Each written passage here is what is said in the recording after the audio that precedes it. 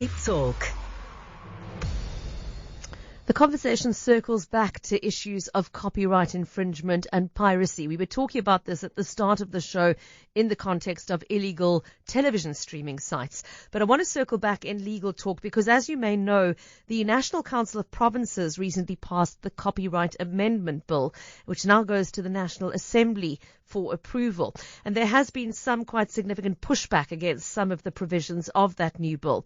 Look, its aim is a noble one. It aims to improve access to information and to ensure that those who provide that information are fairly compensated for their effort in creating it. But the Copyright Coalition of South Africa says in its current form, it might end up having the opposite effect, that it might result in the work of creatives no longer being sufficiently protected. We're going to find out how as we talk to a representative of the coalition. For those who don't know, the coalition is mainly comprised of local trade and industry associations within the creative arts. So those that represent companies and opportunities in publishing, in music, in film, in animation and related industries. Their chairperson is with us on the line to discuss this further. It's a great pleasure to welcome Chloe Makgamathe to the show. Chloe, thank you so much for joining us. Sorry, Chola, not Chloe. My apologies. Chola Makgamathe, you are very welcome to Cape Talk. No, thank you, Pippa, and thank you to you and your listeners. Apologies for my bad eyesight, misreading your name there. Chola, maybe just by way of starting, I gave a brief description, but tell us a little bit more about who you are as the Copyright Coalition of South Africa. So the Copyright Coalition of South Africa is an entity that was formed in 2018 in response to developments around the Copyright Amendment Bill. It's a non-profit entity. Our members, as you've indicated, are trade organizations, individuals, companies within the creative industry space ranging across the board: film, music, television, books, animation. And we're all very concerned about the Copyright Amendment Bill and how it's going to impact all of us differently and very severely. Very severely. So what is the thing you are most worried about, Chola? I think, look, there are many issues with the Copyright Amendment Bill, but the one issue that everybody is united on is the introduction of what we call a hybrid fair use provision into the Copyright Amendment Bill. Now, when you create something, let's say you write a song or you write a book, there's certain rights that vest in you as a creator of that work automatically if you create that original work. And what happens with that is that you have the right to do certain things with that work or allow others to do certain things with that work. And if somebody else wants to use your work, they then have to ask you for permission and they have to pay you a license fee for the use of your work. So everything's above board and everything is legal. And this happens in every jurisdiction with regards to copyrighted works. Now, in certain circumstances, there are situations where a user of your work or somebody wants to use your work doesn't necessarily have to ask for your permission or get a license for that. And in our law, those exceptions are called fair dealing exceptions, where if I, for instance, want to use your work for satire, in certain instances for news purposes, I don't necessarily have to get permission for the use of that work, and I don't have to necessarily get a license fee for the use of that work. So currently, in terms of the current Copyright Act, everybody's very clear as to when you need to get a license and when you don't need to get a license. What's happened, which is very dangerous with this hybrid fair use provision that's been introduced into the Copyright Amendment Bill, is that they're introducing a situation where a creator of a work will never know when their works will be used without their permission. So we've moved from a situation where we have a closed list and certainty in the law to an open-ended list where users can now use works. And if I feel that my work has been, or my copyright has been infringed, I will then have to take the user to court in order to show that there's been an infringement of copyright, which of course introduces litigation, lots of litigation into our jurisdiction, a lot of uncertainty from a legal perspective, because no one will ever know when there is actual copyright infringement. Why has that change being made? What is the argument in favor of having that provision introduced into the bill? Well, the proponents of having that is that they think that it will increase creativity, innovation, etc., because now they feel the barriers to entry in terms of using the work are too high. It will assist with access to learning materials and things like that. But I mean, for an argument like access to learning materials, for instance, in universities, those issues are dealt with NSFAS. So there is funding there from government to deal with the issues around access to learning materials in universities. But that is the argument, that it will improve creativity, innovation, and the like. But at whose expense? The expense of the creator, because the creators will no longer be remunerated for their work, which will disincentivize them from creating work. So it's just a vicious cycle. Would rather have a situation where you can expand on the list that's there, because obviously usage has changed. We have the digital environment that we're dealing with, things like that. That can happen. You can expand the list of exceptions, and that expansion must be subject to international treaties. And that's what we're saying, that yes, fine, we might need to expand the exceptions, but do it in a manner that's not disruptive to the creative industries and to creators who will be disincentivized from creating works. Chola, have you put that proposal to the people who've been involved in the drafting process? I understand that this bill has gone through a particularly tortuous circuit getting to the point it has now. But at any point during that process, have you had the opportunity to voice your concern and voice that proposal of a different way of doing it? Yes, we have. I mean, we participated in this process. Like you said, it's been very, very long. So we've been participating individually as members from the outset, and also when the Copyright Coalition was formed. We have made submissions, both written and oral submissions, to the National Assembly. Recently, we've made submissions to the National Council of Provinces. We've lobbied, we've written letters, we've done everything that we can do to advocate for legislation that is fit and proper for South Africa, but that has fallen on deaf ears.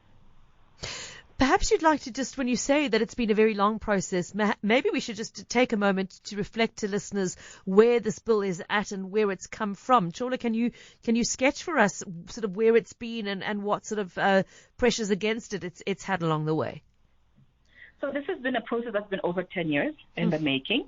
It went through the normal processes in terms of passing legislation in Parliament.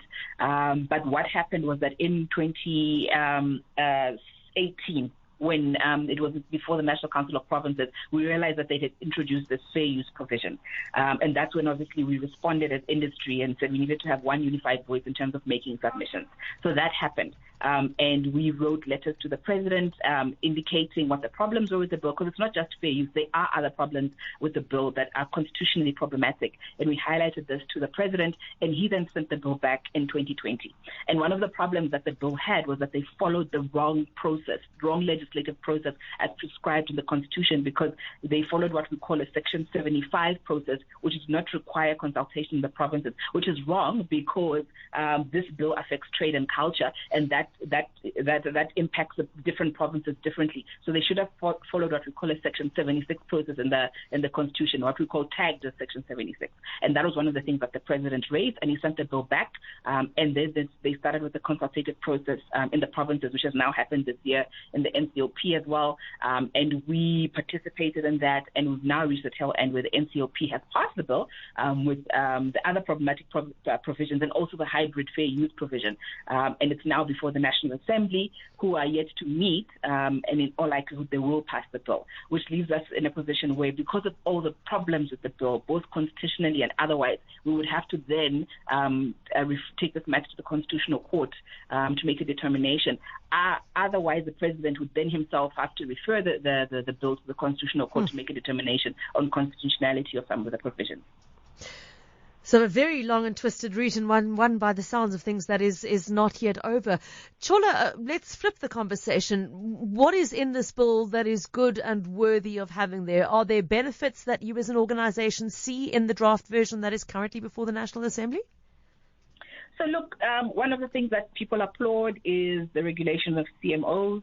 That's a good thing that's coming out of the bill. Another thing is that they do recognize some of the rights, some of the digital rights that are not currently in the bill, that are being exploited. So there are some good things about the bill. The problem is that it's just worded so badly that even the good becomes bad, in the sense that when you have to apply the provisions of the legislation on a day-to-day basis, because a lot of what it doesn't take into account is that it impacts different sectors very differently. So music is impacted in one way, film is impacted in a different way, but negatively. So there might be some good that comes here, but then the bad is just so overwhelming and it's so badly drafted that it just needs to be redone properly.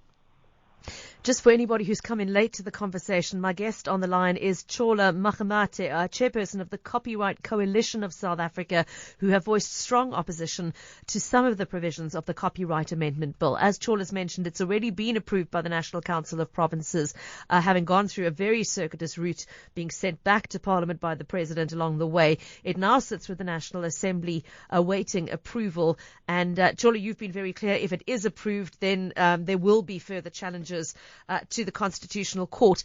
Will you have company in such a challenge? Are there other organizations who share your concerns, or does it feel like you have brought together everybody who has those concerns under one umbrella?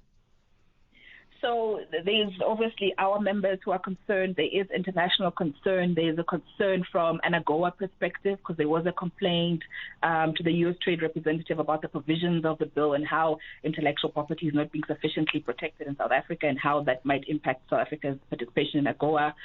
There are several international organizations that are very concerned about the developments in this copyright legislation in South Africa, because remember, we have relationships all across the world, and there is a certain level of certainty that's required in order for companies, for instance, to invest in the film industry in South Africa. If you can't procure rights or consolidate rights appropriately in this location, then you lose out on that investment as a country, because certain companies or certain production houses will then go to countries where there is certainty in the law, where they can bring film productions and the like to the country without dealing with necessarily having to go to court all the time to figure out what the rules of the game are. So it's not just us that are concerned. There's also massive international concern about the development with regards to this piece of legislation.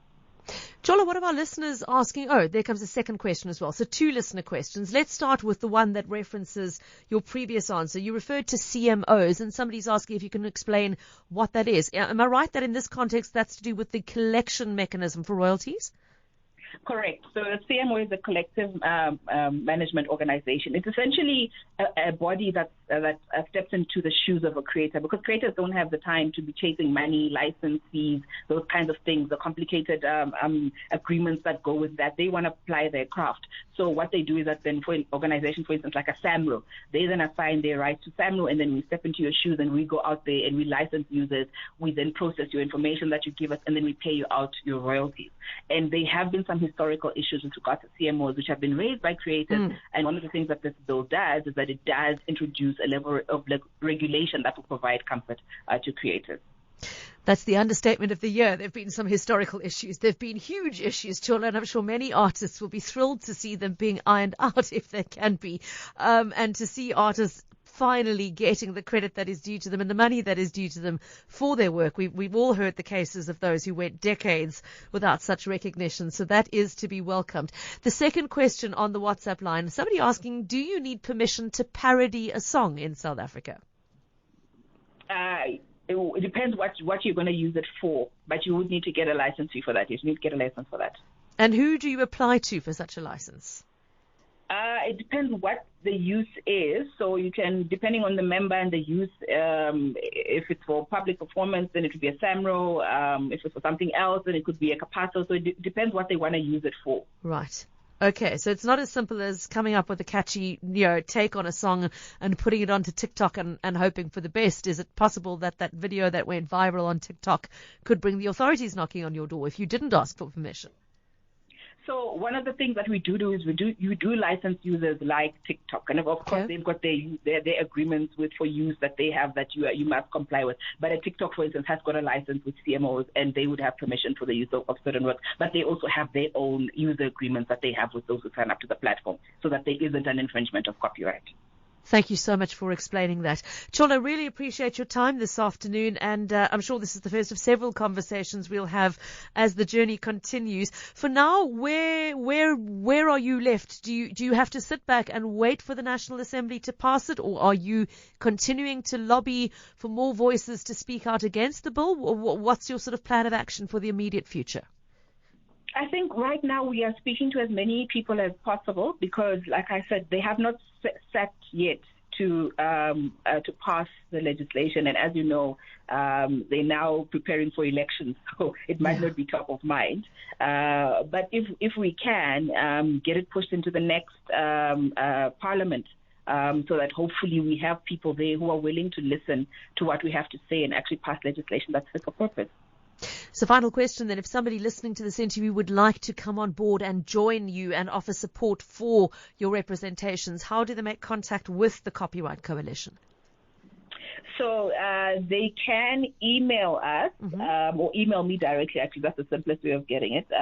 You can email me at chola.makgamathe@samro.org.za. At samro.org.za. And let me just spell the surname. It's Chola, Chola .Makgamathe. It was spelled Makgamathe. I've also made a note of that, so if somebody is driving and couldn't jot it down, you're welcome to mail me after the show, and I'll pass on the details. Chola, thank you so much. We really appreciate you joining us this afternoon. All the best. Thank you.